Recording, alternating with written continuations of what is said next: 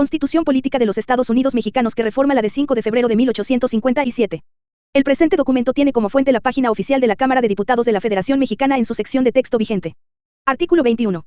La investigación de los delitos corresponde al Ministerio Público, a las policías y a la Guardia Nacional, en el ámbito de su competencia, las cuales actuarán bajo la conducción y mando de aquel en el ejercicio de esta función. El ejercicio de la acción penal ante los tribunales corresponde al Ministerio Público. La ley determinará los casos en que los particulares podrán ejercer la acción penal ante la autoridad judicial. La imposición de las penas, su modificación y duración son propias y exclusivas de la autoridad judicial. Compete a la autoridad administrativa la aplicación de sanciones por las infracciones de los reglamentos gubernativos y de policía, las que únicamente consistirán en multa, arresto hasta por 36 horas o en trabajo a favor de la comunidad, pero si el infractor no pagare la multa que se le hubiese impuesto, se permutará esta por el arresto correspondiente, que no excederá en ningún caso de 36 horas.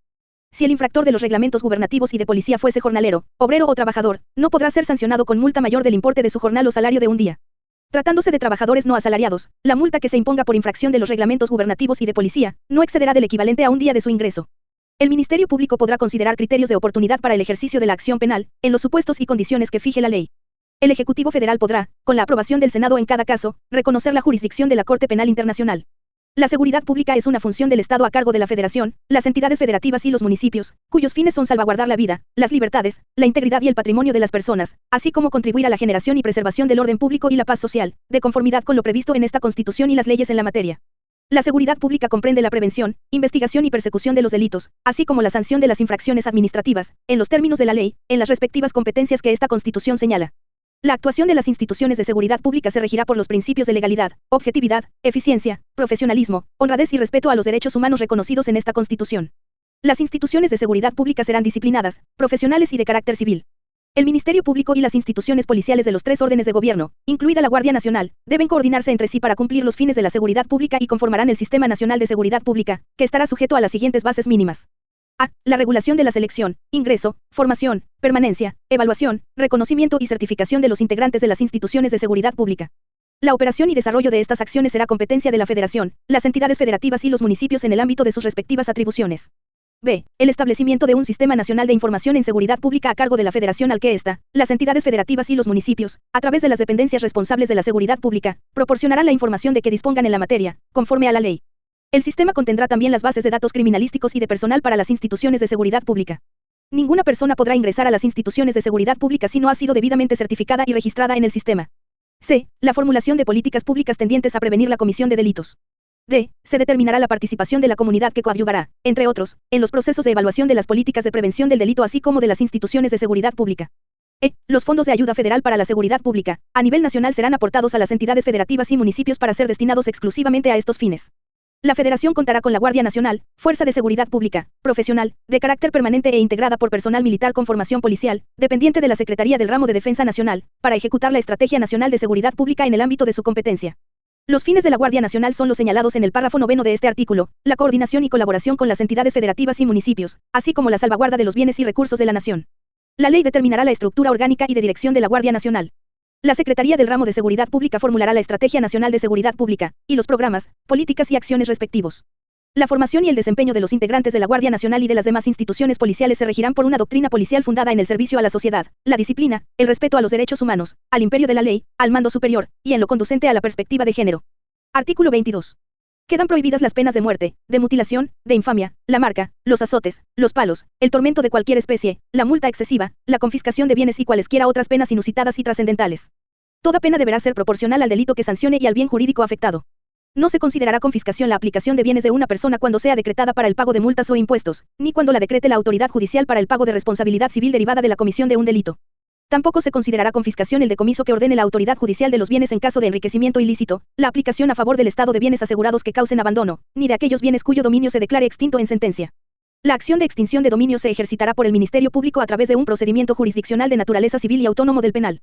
Las autoridades competentes de los distintos órdenes de gobierno le prestarán auxilio en el cumplimiento de esta función.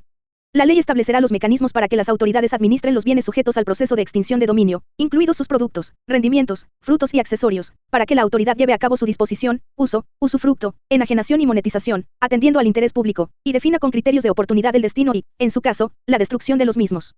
Será procedente sobre bienes de carácter patrimonial cuya legítima procedencia no pueda acreditarse y se encuentren relacionados con las investigaciones derivadas de hechos de corrupción, encubrimiento, delitos cometidos por servidores públicos, delincuencia organizada, robo de vehículos, recursos de procedencia ilícita, delitos contra la salud, secuestro, extorsión, trata de personas y delitos en materia de hidrocarburos, petrolíferos y petroquímicos. A toda persona que se considere afectada, se le deberá garantizar el acceso a los medios de defensa adecuados para demostrar la procedencia legítima del bien sujeto al procedimiento. Artículo 23. Ningún juicio criminal deberá tener más de 3 instancias. Nadie puede ser juzgado 2 veces por el mismo delito, ya sea que en el juicio se le absuelva o se le condene. Queda prohibida la práctica de absolver de la instancia. Artículo 24.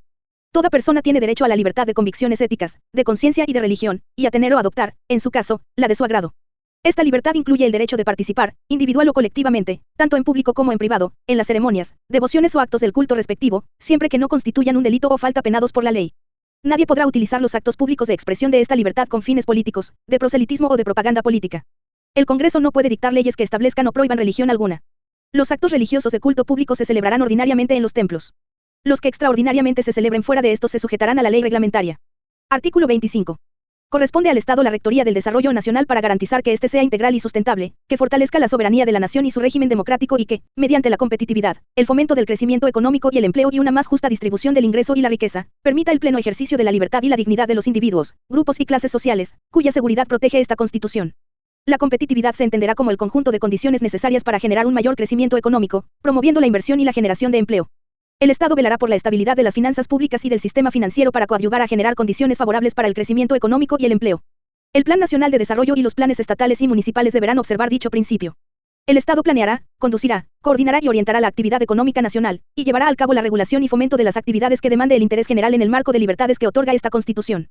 Al desarrollo económico nacional concurrirán, con responsabilidad social, el sector público, el sector social y el sector privado, sin menoscabo de otras formas de actividad económica que contribuyan al desarrollo de la nación.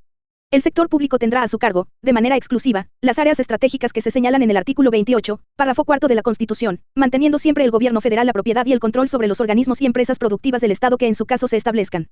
Tratándose de la planeación y el control del sistema eléctrico nacional, y del servicio público de transmisión y distribución de energía eléctrica, así como de la exploración y extracción de petróleo y demás hidrocarburos, la nación llevará a cabo dichas actividades en términos de lo dispuesto por el artículo 27 de esta Constitución.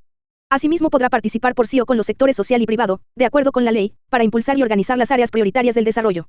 Bajo criterios de equidad social, productividad y sustentabilidad se apoyará e impulsará a las empresas de los sectores social y privado de la economía, sujetándolos a las modalidades que dicte el interés público y al uso, en beneficio general, de los recursos productivos, cuidando su conservación y el medio ambiente. La ley establecerá los mecanismos que faciliten la organización y la expansión de la actividad económica del sector social, de los ejidos, organizaciones de trabajadores, cooperativas, comunidades, empresas que pertenezcan mayoritaria o exclusivamente a los trabajadores y, en general, de todas las formas de organización social para la producción, distribución y consumo de bienes y servicios socialmente necesarios. La ley alentará y protegerá la actividad económica que realicen los particulares y proveerá las condiciones para que el desenvolvimiento del sector privado contribuya al desarrollo económico nacional, promoviendo la competitividad e implementando una política nacional para el desarrollo industrial sustentable que incluya vertientes sectoriales y regionales, en los términos que establece esta Constitución. A fin de contribuir al cumplimiento de los objetivos señalados en este artículo, las autoridades de todos los órdenes de gobierno, en el ámbito de su competencia, deberán implementar políticas públicas de mejora regulatoria para la simplificación de regulaciones, trámites, servicios y demás objetivos que establezca la ley general en la materia. Artículo 26.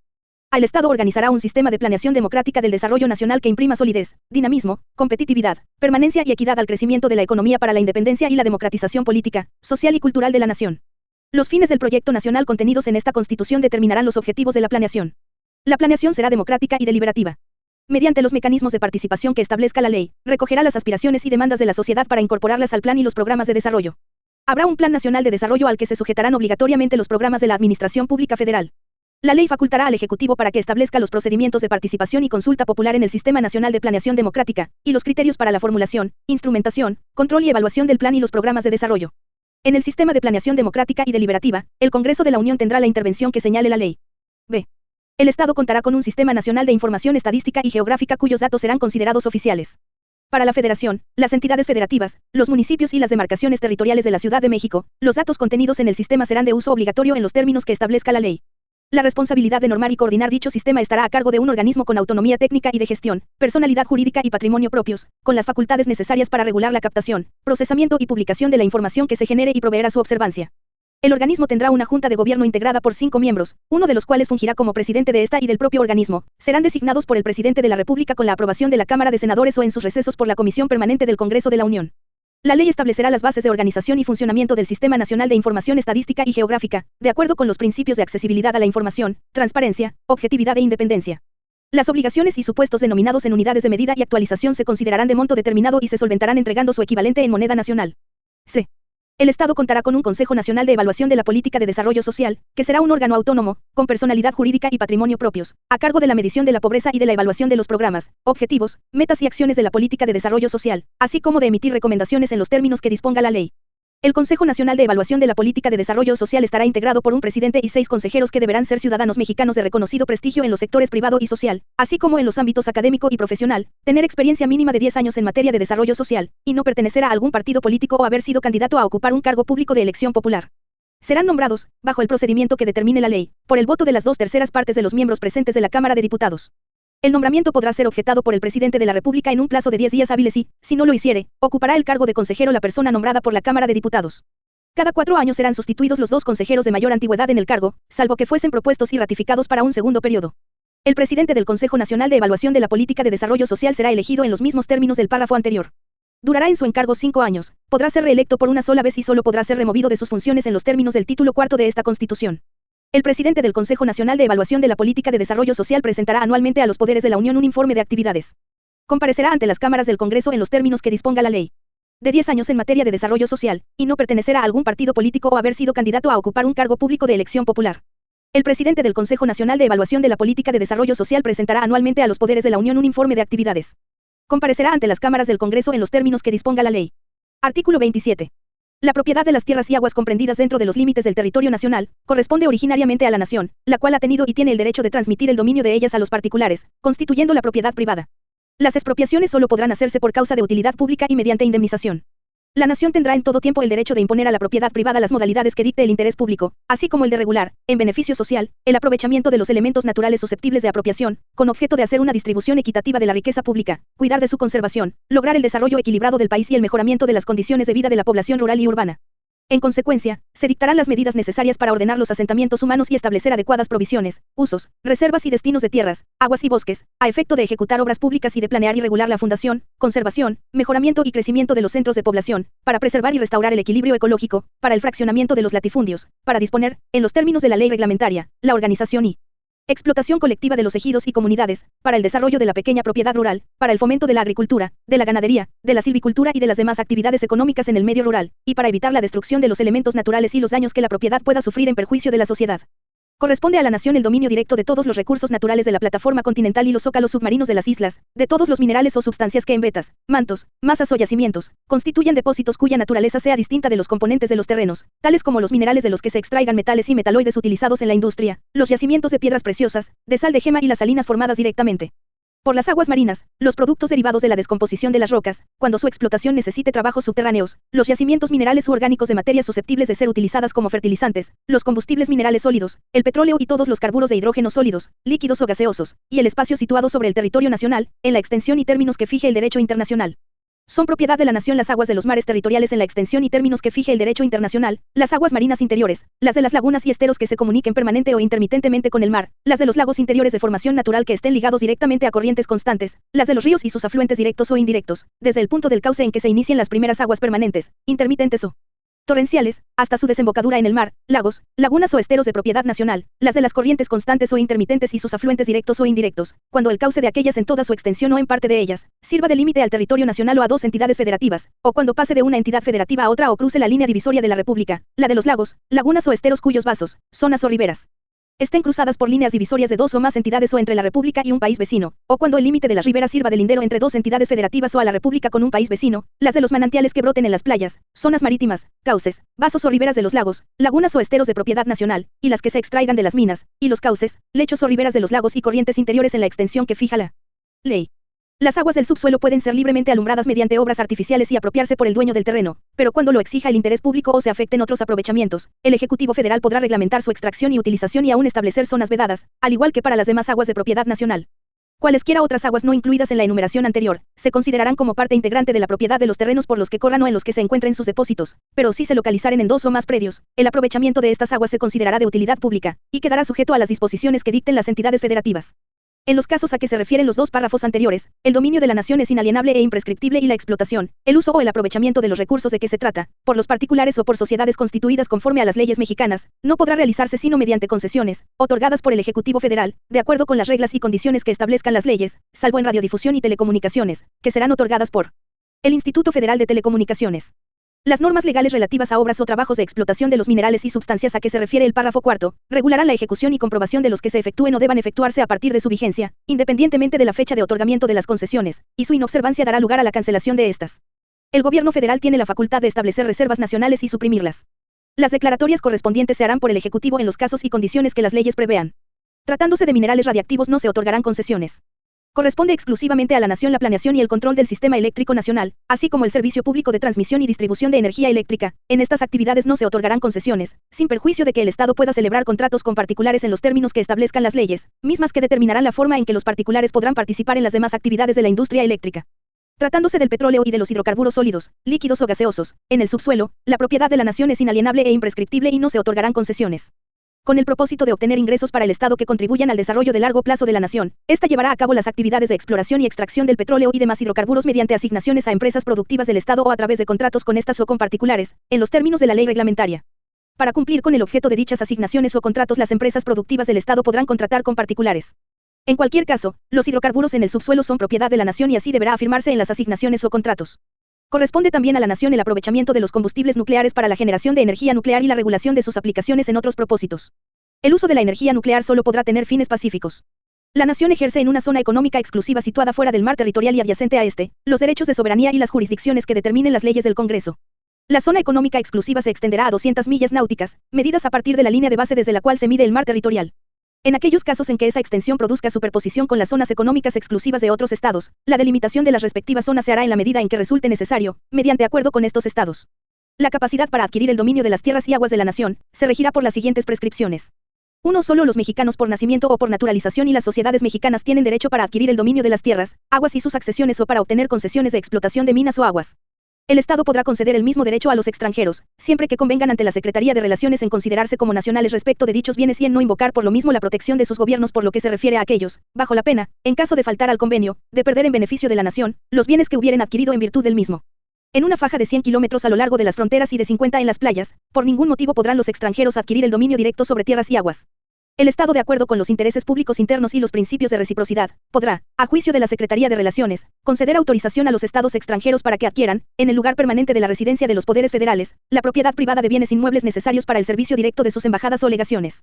2. Las asociaciones religiosas que se constituyan en los términos del artículo 130 y su ley reglamentaria tendrán capacidad para adquirir, poseer o administrar, exclusivamente, los bienes que sean indispensables para su objeto, con los requisitos y limitaciones que establezca la ley reglamentaria. 3. Las instituciones de beneficencia, pública o privada, que tengan por objeto el auxilio de los necesitados, la investigación científica, la difusión de la enseñanza, la ayuda recíproca de los asociados, o cualquier otro objeto lícito, no podrán adquirir más bienes raíces que los indispensables para su objeto, inmediata o directamente destinados a él, con sujeción a lo que determine la ley reglamentaria. 4. Las sociedades mercantiles por acciones podrán ser propietarias de terrenos rústicos pero únicamente en la extensión que sea necesaria para el cumplimiento de su objeto. En ningún caso las sociedades de esta clase podrán tener en propiedad tierras dedicadas a actividades agrícolas, ganaderas o forestales en mayor extensión que la respectiva equivalente a 25 veces los límites señalados en la fracción 15 de este artículo. La ley reglamentaria regulará la estructura de capital y el número mínimo de socios de estas sociedades, a efecto de que las tierras propiedad de la sociedad no excedan en relación con cada socio los límites de la pequeña propiedad. En este caso, toda propiedad accionaria individual, correspondiente a terrenos rústicos, será acumulable para efectos de cómputo. Asimismo, la ley señalará las condiciones para la participación extranjera en dichas sociedades. La propia ley establecerá los medios de registro y control necesarios para el cumplimiento de lo dispuesto por esta fracción. 5. Los bancos debidamente autorizados, conforme a las leyes de instituciones de crédito, podrán tener capitales impuestos sobre propiedades urbanas y rústicas de acuerdo con las prescripciones de dichas leyes, pero no podrán tener en propiedad o en administración más bienes raíces que los enteramente necesarios para su objeto directo. 6. Las entidades federativas, lo mismo que los municipios de toda la República, tendrán plena capacidad para adquirir y poseer todos los bienes raíces necesarios para los servicios públicos. Las leyes de la Federación y de las entidades federativas en sus respectivas jurisdicciones, determinarán los casos en que sea de utilidad pública la ocupación de la propiedad privada, y de acuerdo con dichas leyes la autoridad administrativa hará la declaración correspondiente. El precio que se fijará como indemnización a la cosa expropiada, se basará en la cantidad que como valor fiscal de ella figure en las oficinas catastrales o recaudadoras, ya sea que este valor haya sido manifestado por el propietario o simplemente aceptado por él de un modo tácito por haber pagado sus contribuciones con esta base. El exceso de valor o el demérito que haya tenido la propiedad particular por las mejoras o deterioros ocurridos con posterioridad a la fecha de la asignación del valor fiscal, será lo único que deberá quedar sujeto a juicio pericial y a resolución judicial. Esto mismo se observará cuando se trate de objetos cuyo valor no esté fijado en las oficinas rentísticas. El ejercicio de las acciones que corresponden a la nación, por virtud de las disposiciones del presente artículo, se hará efectivo por el procedimiento judicial, pero dentro de este procedimiento y por orden de los tribunales correspondientes, que se dictará en el plazo máximo de un mes, las autoridades administrativas procederán desde luego a la ocupación, administración, remate o venta de las tierras o aguas de que se trate y todas sus accesiones, sin que en ningún caso pueda revocárselo. Hecho por las mismas autoridades antes que se dicte sentencia ejecutoriada. 7. Se reconoce la personalidad jurídica de los núcleos de población ejidales y comunales y se protege su propiedad sobre la tierra, tanto para el asentamiento humano como para actividades productivas. La ley protegerá la integridad de las tierras de los grupos indígenas. La ley, considerando el respeto y fortalecimiento de la vida comunitaria de los ejidos y comunidades, protegerá la tierra para el asentamiento humano y regulará el aprovechamiento de tierras, bosques y aguas de uso común y la provisión de acciones de fomento necesarias para elevar el nivel de vida de sus pobladores. La ley, con respeto a la voluntad de los ejidatarios y comuneros para adoptar las condiciones que más les convengan en el aprovechamiento de sus recursos productivos, regulará el ejercicio de los derechos de los comuneros sobre la tierra y de cada ejidatario sobre su parcela. Asimismo, establecerá los procedimientos por los cuales ejidatarios y comuneros podrán asociarse entre sí, con el Estado o con terceros y otorgar el uso de sus tierras, y, tratándose de ejidatarios, transmitir sus derechos parcelarios entre los miembros del núcleo de población. Igualmente fijará los requisitos y procedimientos conforme a los cuales la Asamblea Ejidal otorgará al ejidatario el dominio sobre su parcela. En caso de enajenación de parcelas se respetará el derecho de preferencia que prevea la ley. Dentro de un mismo núcleo de población, ningún ejidatario podrá ser titular de más tierra que la equivalente al 5% del total de las tierras ejidales. En todo caso, la titularidad de tierras en favor de un solo ejidatario deberá ajustarse a los límites señalados en la fracción 15. La Asamblea General es el órgano supremo del núcleo de población ejidal o comunal, con la organización y funciones que la ley señale. El Comisariado Ejidal o de Bienes Comunales, electo democráticamente en los términos de la ley, es el órgano de representación del núcleo y el responsable de ejecutar las resoluciones de la Asamblea. La restitución de tierras, bosques y aguas a los núcleos de población se hará en los términos de la ley reglamentaria. 8. Se declaran nulas. A. Todas las enajenaciones de tierras, aguas y montes pertenecientes a los pueblos, rancherías, congregaciones o comunidades, hechas por los jefes políticos, gobernadores de los estados, o cualquiera otra autoridad local en contravención a lo dispuesto en la ley de 25 de junio de 1856 y demás leyes y disposiciones relativas. B. Todas las concesiones, composiciones o ventas de tierras, aguas y montes, hechas por las Secretarías de Fomento, Hacienda o cualquiera otra autoridad federal, desde el día 1 de diciembre de 1876, hasta la fecha, con las cuales se hayan invadido y ocupado ilegalmente los ejidos, terrenos de común repartimiento o cualquiera otra clase, pertenecientes a los pueblos, rancherías, congregaciones o comunidades, y núcleos de población. C. Todas las diligencias de apeo o deslinde, transacciones, enajenaciones o remates practicados durante el periodo de tiempo a que se refiere la fracción anterior, por compañías, jueces u otras autoridades de los estados o de la federación, con los cuales se hayan invadido u ocupado ilegalmente tierras, aguas y montes de los ejidos, terrenos de común repartimiento, o de cualquiera otra clase, pertenecientes a núcleos de población. Quedan exceptuadas de la nulidad anterior, únicamente las tierras que hubieren sido tituladas en los repartimientos hechos con apego a la ley de 25 de junio de 1856 y poseídas en nombre propio a título de dominio por más de 10 años cuando su superficie no exceda de 50 hectáreas. 9. La división o reparto que se hubiere hecho con apariencia de legítima entre los vecinos de algún núcleo de población y en la que haya habido error o vicio, podrá ser nulificada cuando así lo soliciten las 3/4 partes de los vecinos que estén en posesión de 1/4 parte de los terrenos, materia de la división, o 1/4 parte de los mismos vecinos cuando estén en posesión de las 3/4 partes de los terrenos. 10. Se deroga. 11. Se deroga. 12. Se deroga. 13. Se deroga. 14. Se deroga. 15. En los Estados Unidos mexicanos quedan prohibidos los latifundios. Se considera pequeña propiedad agrícola la que no exceda por individuo de 100 hectáreas de riego o humedad de primera o sus equivalentes en otras clases de tierras. Para los efectos de la equivalencia se computará 1 hectárea de riego por 2 de temporal, por 4 de agostadero de buena calidad y por 8 de bosque, monte o agostadero en terrenos áridos. Se considerará, asimismo, como pequeña propiedad, la superficie que no exceda por individuo de 150 hectáreas cuando las tierras se dediquen al cultivo de algodón, si reciben riego, y de 300, cuando se destinen al cultivo del plátano, caña de azúcar, café, henequén, hule, palma, vid, olivo, quina, vainilla, cacao, agave, nopal o árboles frutales. Se considerará pequeña propiedad ganadera la que no exceda por individuo la superficie necesaria para mantener hasta 500 cabezas de ganado mayor o su equivalente en ganado menor, en los términos que fije la ley, de acuerdo con la capacidad forrajera de los terrenos. Cuando debido a obras de riego, drenaje o cualesquiera otras ejecutadas por los dueños o poseedores de una pequeña propiedad se hubiese mejorado la calidad de sus tierras, seguirá siendo considerada como pequeña propiedad, aun cuando, en virtud de la mejoría obtenida, se rebasen los máximos señalados por esta fracción, siempre que se reúnan los requisitos que fije la ley.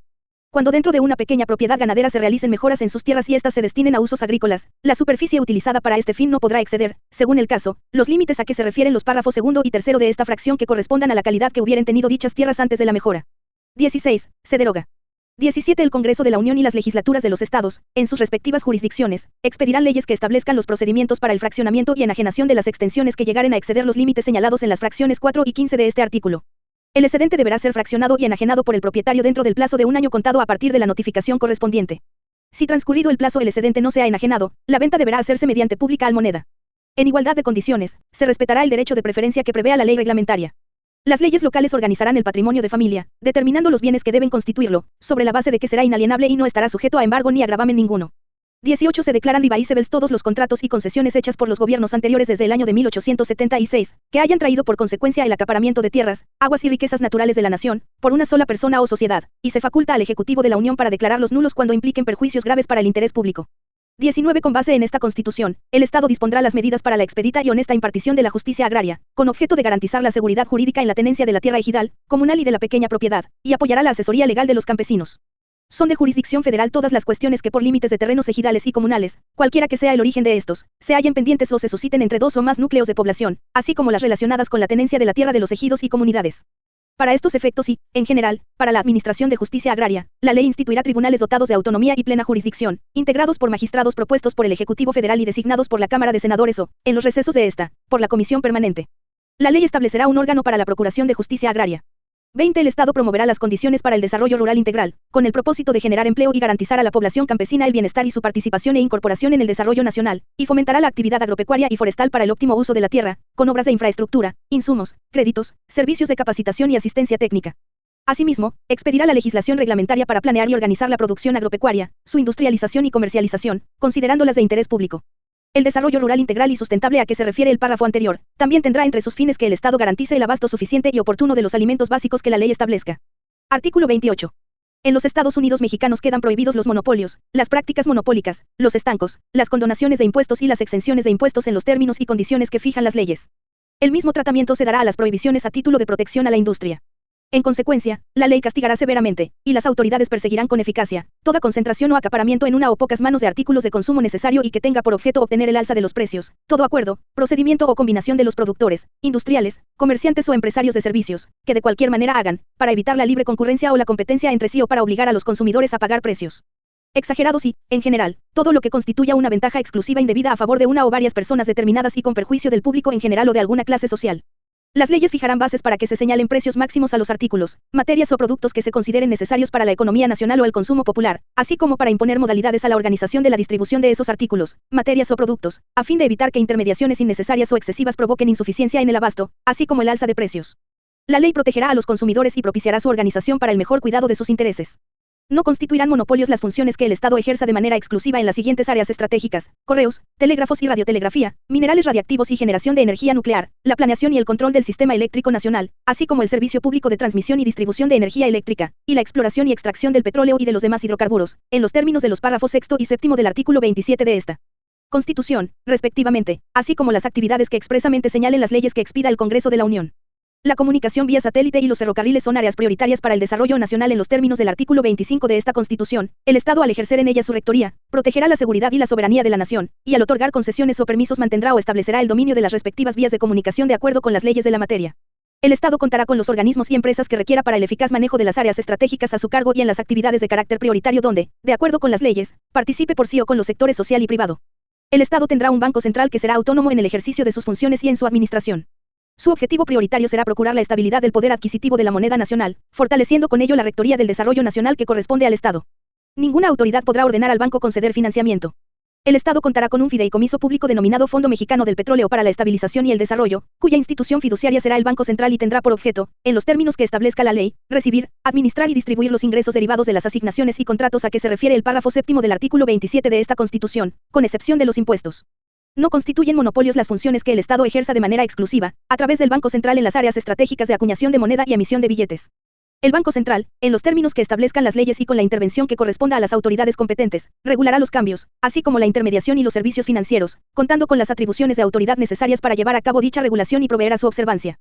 La conducción del banco estará a cargo de personas cuya designación será hecha por el presidente de la República con la aprobación de la Cámara de Senadores o de la Comisión Permanente. En su caso, desempeñarán su encargo por periodos cuya duración y escalonamiento provean al ejercicio autónomo de sus funciones. Solo podrán ser removidas por causa grave y no podrán tener ningún otro empleo, cargo o comisión, con excepción de aquellos que actúen en representación del banco y de los no remunerados en asociaciones docentes, científicas, culturales o de beneficencia.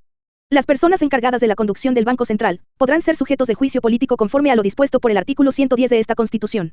El Poder Ejecutivo contará con los órganos reguladores coordinados en materia energética, denominados Comisión Nacional de Hidrocarburos y Comisión Reguladora de Energía, en los términos que determine la ley.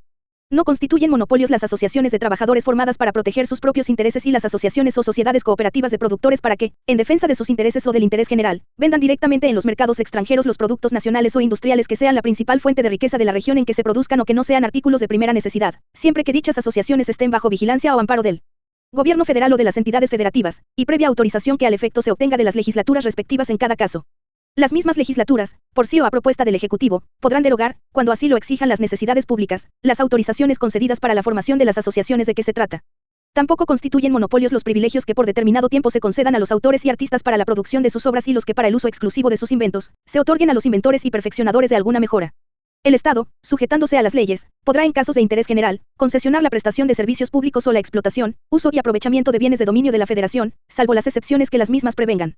Las leyes fijarán las modalidades y condiciones que aseguren la eficacia de la prestación de los servicios y la utilización social de los bienes, y evitarán fenómenos de concentración que contrarían el interés público. La sujeción a regímenes de servicio público se apegará a lo dispuesto por la Constitución y solo podrá llevarse a cabo mediante ley. Se podrán otorgar subsidios a actividades prioritarias, cuando sean generales, de carácter temporal y no afecten sustancialmente las finanzas de la nación. El Estado vigilará su aplicación y evaluará los resultados de esta. El Estado contará con una Comisión Federal de Competencia Económica, que será un órgano autónomo, con personalidad jurídica y patrimonio propio, que tendrá por objeto garantizar la libre competencia y concurrencia, así como prevenir, investigar y combatir los monopolios, las prácticas monopólicas, las concentraciones y demás restricciones al funcionamiento eficiente de los mercados, en los términos que establecen esta Constitución y las leyes. La Comisión contará con las facultades necesarias para cumplir eficazmente con su objeto, entre ellas las de ordenar medidas para eliminar las barreras a la competencia y la libre concurrencia, regular el acceso a insumos esenciales, y ordenar la desincorporación de activos, derechos, partes sociales o acciones de los agentes económicos, en las proporciones necesarias para eliminar efectos anticompetitivos. El Instituto Federal de Telecomunicaciones es un órgano autónomo, con personalidad jurídica y patrimonio propio, que tiene por objeto el desarrollo eficiente de la radiodifusión y las telecomunicaciones, conforme a lo dispuesto en esta Constitución y en los términos que fijen las leyes. Para tal efecto, tendrá a su cargo la regulación, promoción y supervisión del uso, aprovechamiento y explotación del espectro radioeléctrico, las redes y la prestación de los servicios de radiodifusión y telecomunicaciones, así como del acceso a infraestructura activa, pasiva y otros insumos esenciales, garantizando lo establecido en los artículos 6 y 7 de esta Constitución.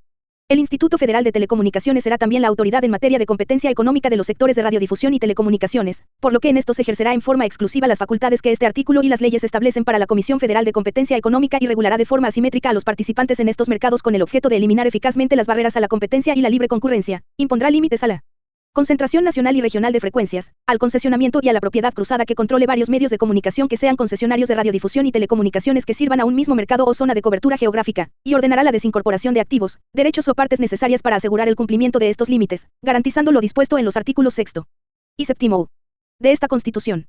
Corresponde al Instituto, el otorgamiento, la revocación, así como la autorización de cesiones o cambios de control accionario, titularidad u operación de sociedades relacionadas con concesiones en materia de radiodifusión y telecomunicaciones.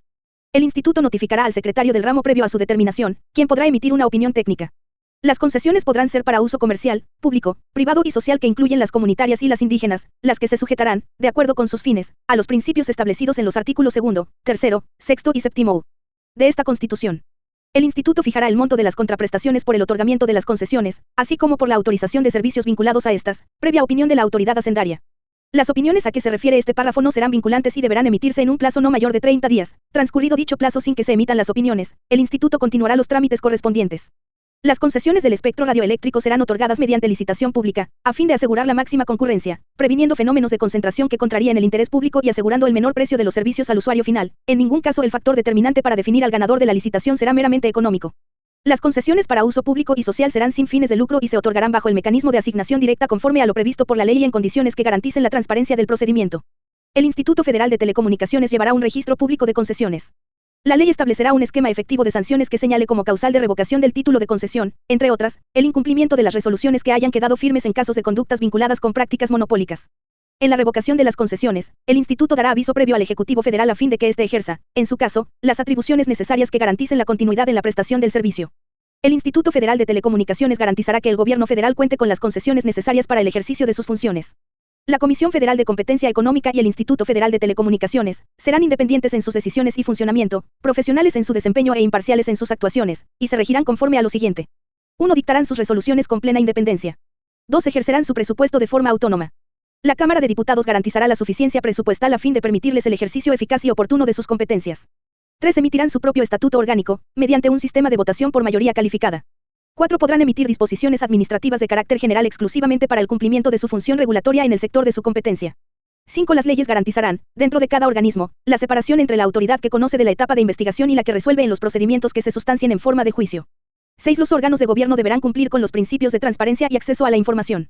Deliberarán en forma colegiada y decidirán los asuntos por mayoría de votos. Sus sesiones, acuerdos y resoluciones serán de carácter público con las excepciones que determine la ley.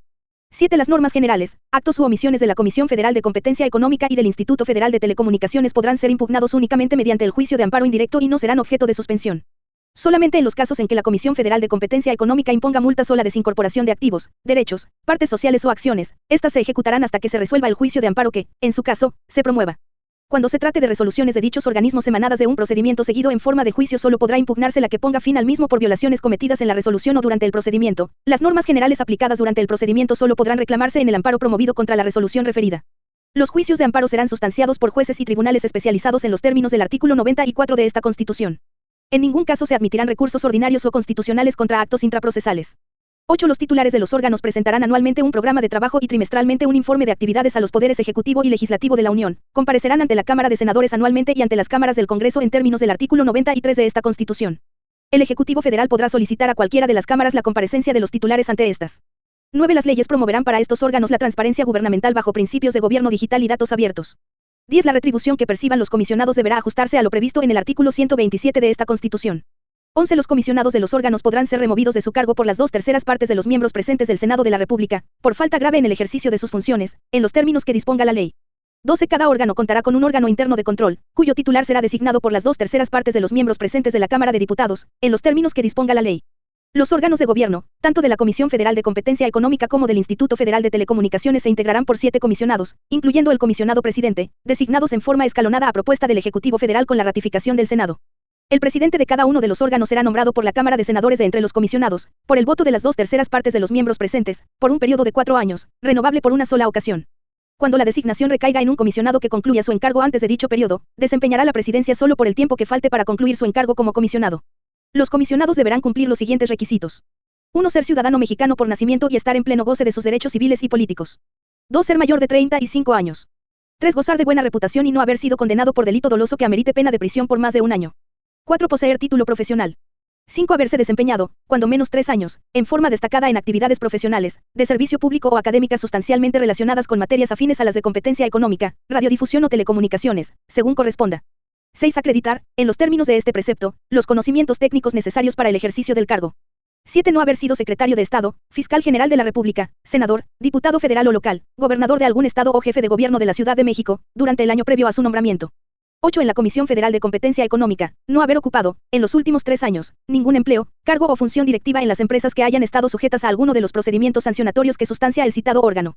En el Instituto Federal de Telecomunicaciones no haber ocupado, en los últimos 3 años, ningún empleo, cargo o función directiva en las empresas de los concesionarios comerciales o privados o de las entidades a ellos relacionadas, sujetas a la regulación del Instituto.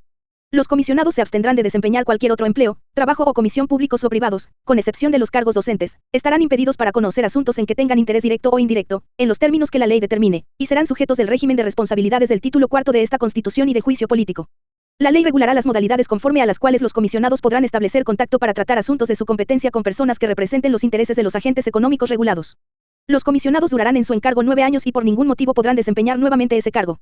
En caso de falta absoluta de algún comisionado, se procederá a la designación correspondiente, a través del procedimiento previsto en este artículo y a fin de que el sustituto concluya el periodo respectivo.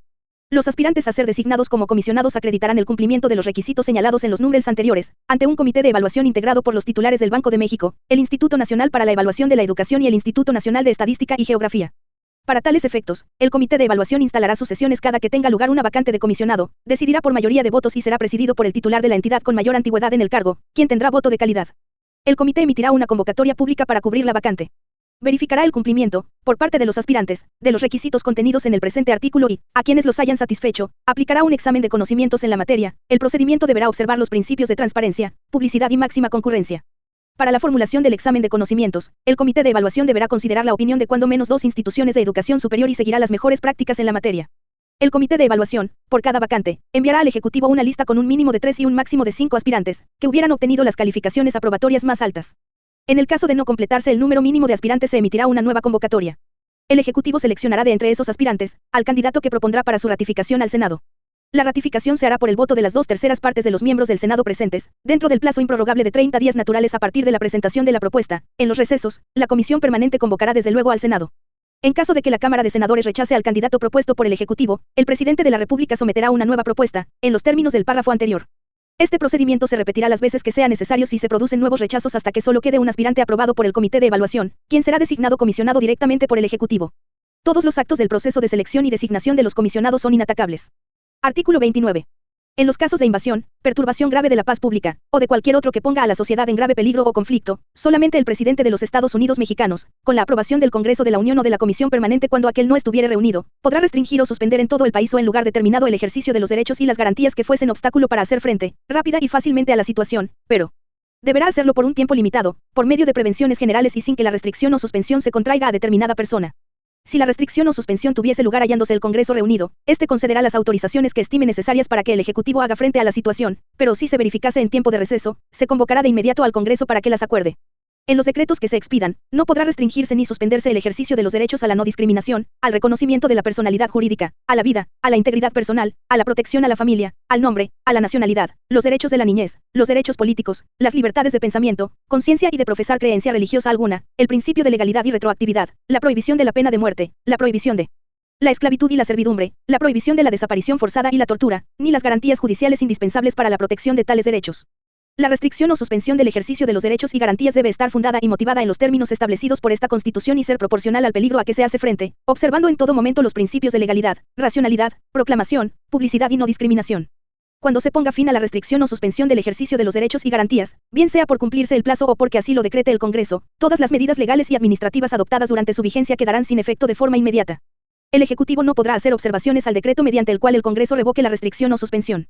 Los decretos expedidos por el Ejecutivo durante la restricción o suspensión serán revisados de oficio e inmediatamente por la Suprema Corte de Justicia de la Nación, la que deberá pronunciarse con la mayor prontitud sobre su constitucionalidad y validez. Capítulo 2 de los mexicanos. Artículo 30. La nacionalidad mexicana se adquiere por nacimiento o por naturalización. A. Son mexicanos por nacimiento. 1. Los que nazcan en territorio de la República, sea cual fuere la nacionalidad de sus padres. 2. Los que nazcan en el extranjero, hijos de padres mexicanos, de madre mexicana o de padre mexicano. 3. Los que nazcan en el extranjero, hijos de padres mexicanos por naturalización, de padre mexicano por naturalización, o de madre mexicana por naturalización. 4. Los que nazcan a bordo de embarcaciones o aeronaves mexicanas, sean de guerra o mercantes. B. Son mexicanos por naturalización. 1. Los extranjeros que obtengan de la Secretaría de Relaciones carta de naturalización. 2. La mujer o el varón extranjeros que contraigan matrimonio con varón o con mujer mexicanos, que tengan o establezcan su domicilio dentro del territorio nacional y cumplan con los demás requisitos que al efecto señale la ley. Artículo 31. Son obligaciones de los mexicanos.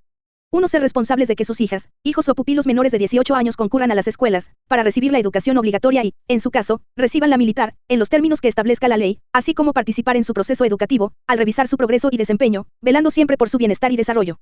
2. Asistir en los días y horas designados por el ayuntamiento del lugar en que residan, para recibir instrucción cívica y militar que los mantenga aptos en el ejercicio de los derechos de ciudadano, diestros en el manejo de las armas, y conocedores de la disciplina militar. 3. Alistarse y servir en los cuerpos de reserva, conforme a la ley, para asegurar y defender la independencia, el territorio, el honor, los derechos e intereses de la patria. 4. Contribuir para los gastos públicos, así de la Federación, como de los estados, de la Ciudad de México y del municipio en que residan, de la manera proporcional y equitativa que dispongan las leyes. Artículo 32. La ley regulará el ejercicio de los derechos que la legislación mexicana otorga a los mexicanos que posean otra nacionalidad y establecerá normas para evitar conflictos por doble nacionalidad. El ejercicio de los cargos y funciones para los cuales, por disposición de la presente Constitución, se requiera ser mexicano por nacimiento, se reserva a quienes tengan esa calidad y no adquieran otra nacionalidad. Esta reserva también será aplicable a los casos que así lo señalen otras leyes del Congreso de la Unión. En tiempo de paz, ningún extranjero podrá servir en la Fuerza Armada Permanente, ni en las fuerzas de policía o seguridad pública. Para pertenecer al activo del ejército en tiempo de paz y al de la Armada o al de la Fuerza Aérea o al de la Guardia Nacional en todo momento, o desempeñar cualquier cargo o comisión en ellos, se requiere ser mexicano por nacimiento. Esta misma calidad será indispensable en capitanes, pilotos, patrones, maquinistas, mecánicos y, de una manera general, para todo el personal que tripule cualquier embarcación o aeronave que se ampare con la bandera o insignia mercante mexicana. Será también necesaria para desempeñar los cargos de capitán de puerto y todos los servicios de practicaje y comandante de aeródromo. Los mexicanos serán preferidos a los extranjeros en igualdad de circunstancias, para toda clase de concesiones y para todos los empleos, cargos o comisiones de gobierno en que no sea indispensable la calidad de ciudadano. Capítulo 3. De los extranjeros. Artículo 33. Son personas extranjeras las que no posean las calidades determinadas en el artículo 30 constitucional y gozarán de los derechos humanos y garantías que reconoce esta Constitución. El Ejecutivo de la Unión, previa audiencia, podrá expulsar del territorio nacional a personas extranjeras con fundamento en la ley, la cual regulará el procedimiento administrativo, así como el lugar y tiempo que dure la detención. Los extranjeros no podrán de ninguna manera inmiscuirse en los asuntos políticos del país. Capítulo 4. De los ciudadanos mexicanos. Artículo 34. Son ciudadanos de la República los varones y mujeres que, teniendo la calidad de mexicanos, reúnan, además, los siguientes requisitos. 1. Haber cumplido 18 años, y 2. Tener un modo honesto de vivir. Artículo 35. Son derechos de la ciudadanía. 1. Votar en las elecciones populares. 2. Poder ser votada en condiciones de paridad para todos los cargos de elección popular, teniendo las calidades que establezca la ley.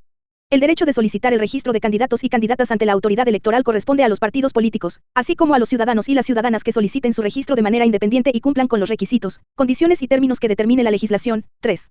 Asociarse individual y libremente para tomar parte en forma pacífica en los asuntos políticos del país. 4.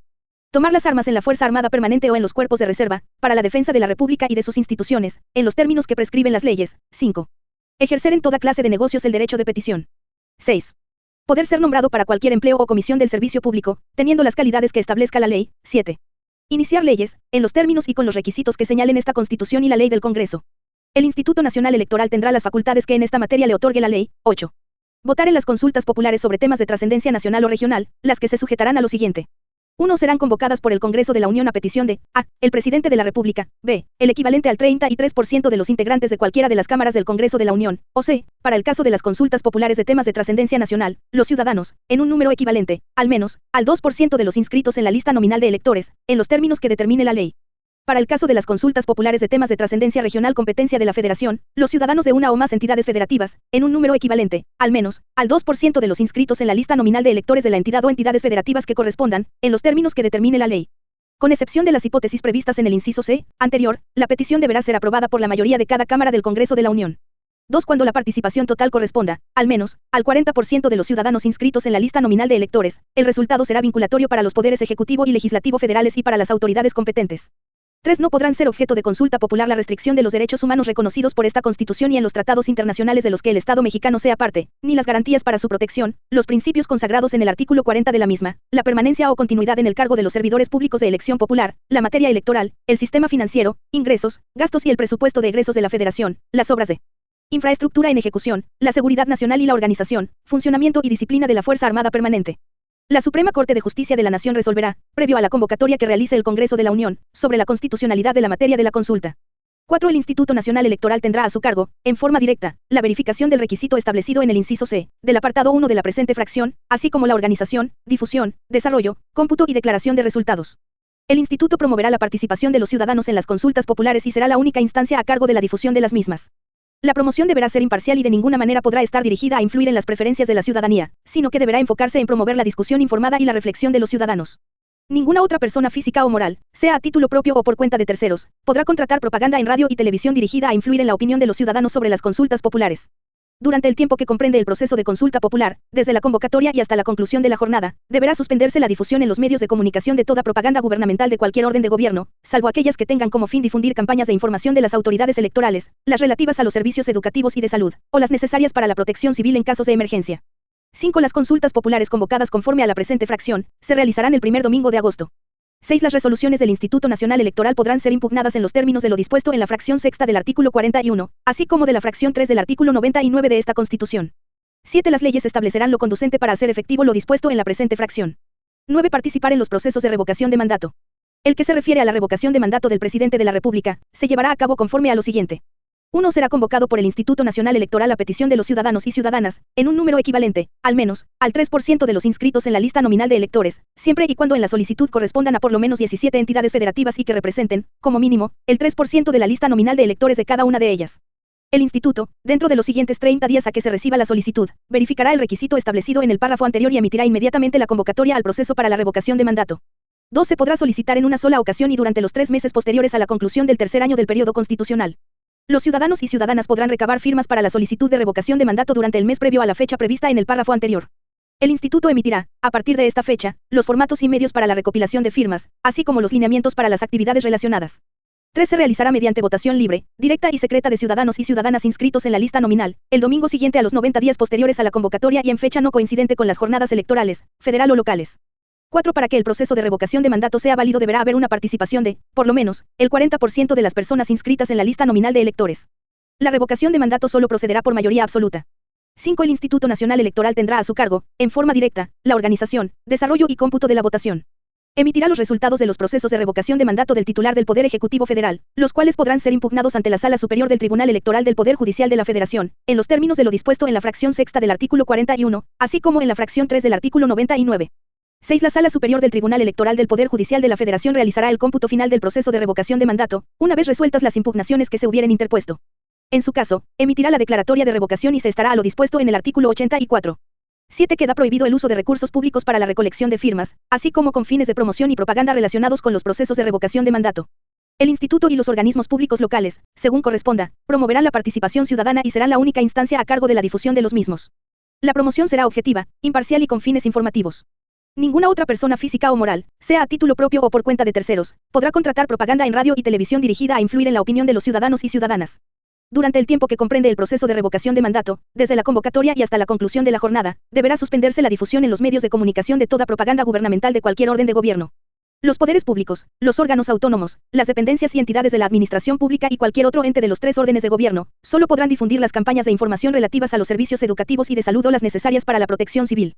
8. El Congreso de la Unión emitirá la ley reglamentaria. Artículo 36. Son obligaciones del ciudadano de la República. 1. Inscribirse en el catastro de la municipalidad, manifestando la propiedad que el mismo ciudadano tenga, la industria, profesión o trabajo de que subsista, así como también inscribirse en el Registro Nacional de Ciudadanos, en los términos que determinen las leyes. La organización y el funcionamiento permanente del Registro Nacional de Ciudadanos y la expedición del documento que acredite la ciudadanía mexicana son servicios de interés público, y por tanto, responsabilidad que corresponde al Estado y a los ciudadanos en los términos que establezca la ley. 2. Formar parte de los cuerpos de reserva en términos de ley. 3. Votar en las elecciones, las consultas populares y los procesos de revocación de mandato, en los términos que señale la ley. 4. Desempeñar los cargos de elección popular de la Federación o de las entidades federativas, que en ningún caso serán gratuitos. 5. Desempeñar los cargos concejiles del municipio donde resida, las funciones electorales y las de jurado. Artículo 37. A. Ningún mexicano por nacimiento podrá ser privado de su nacionalidad. B. La nacionalidad mexicana por naturalización se perderá en los siguientes casos. 1. Por adquisición voluntaria de una nacionalidad extranjera, por hacerse pasar en cualquier instrumento público como extranjero, por usar un pasaporte extranjero, o por aceptar o usar títulos nobiliarios que impliquen sumisión a un Estado extranjero y 2. Por residir durante 5 años continuos en el extranjero. C. La ciudadanía mexicana se pierde. 1. Por aceptar o usar títulos nobiliarios de gobiernos extranjeros. 2. Por prestar voluntariamente servicios o funciones oficiales a un gobierno extranjero, sin permiso del Ejecutivo Federal. 3. Por aceptar o usar condecoraciones extranjeras sin permiso del Ejecutivo Federal. El presidente de la República, los senadores y diputados al Congreso de la Unión y los ministros de la Suprema Corte de Justicia de la Nación podrán libremente aceptar y usar condecoraciones extranjeras. 4. Por admitir del gobierno de otro país títulos o funciones sin previo permiso del Ejecutivo Federal, exceptuando los títulos literarios, científicos o humanitarios que pueden aceptarse libremente. 5. Por ayudar, en contra de la nación, a un extranjero, o a un gobierno extranjero, en cualquier reclamación diplomática o ante un tribunal internacional. 6. En los demás casos que fijan las leyes. Artículo 38. Los derechos o prerrogativas de los ciudadanos se suspenden. 1. Por falta de cumplimiento, sin causa justificada, de cualquiera de las obligaciones que impone el artículo 36. Esta suspensión durará 1 año y se impondrá además de las otras penas que por el mismo hecho señalare la ley. 2. Por estar sujeto a un proceso criminal por delito que merezca pena corporal, a contar desde la fecha del auto de formal prisión. 3. Durante la extinción de una pena corporal. 4. Por vagancia o ebriedad consuetudinaria, declarada en los términos que prevengan las leyes. 5. Por estar prófugo de la justicia, desde que se dicte la orden de aprehensión hasta que prescriba la acción penal. 6. Por sentencia ejecutoria que imponga como pena esa suspensión. 7. Por tener sentencia firme por la comisión intencional de delitos contra la vida y la integridad corporal, contra la libertad y seguridad sexuales, el normal desarrollo psicosexual, por violencia familiar equiparada o doméstica, violación a la intimidad sexual, por violencia política contra las mujeres en razón de género, en cualquiera de sus modalidades y tipos. Por ser declarada como persona deudora alimentaria morosa. En los supuestos de esta fracción, la persona no podrá ser registrada como candidata para cualquier cargo de elección popular, ni ser nombrada para empleo, cargo o comisión en el servicio público. La ley fijará los casos en que se pierden, y los demás en que se suspenden los derechos de ciudadano y la manera de hacer la rehabilitación.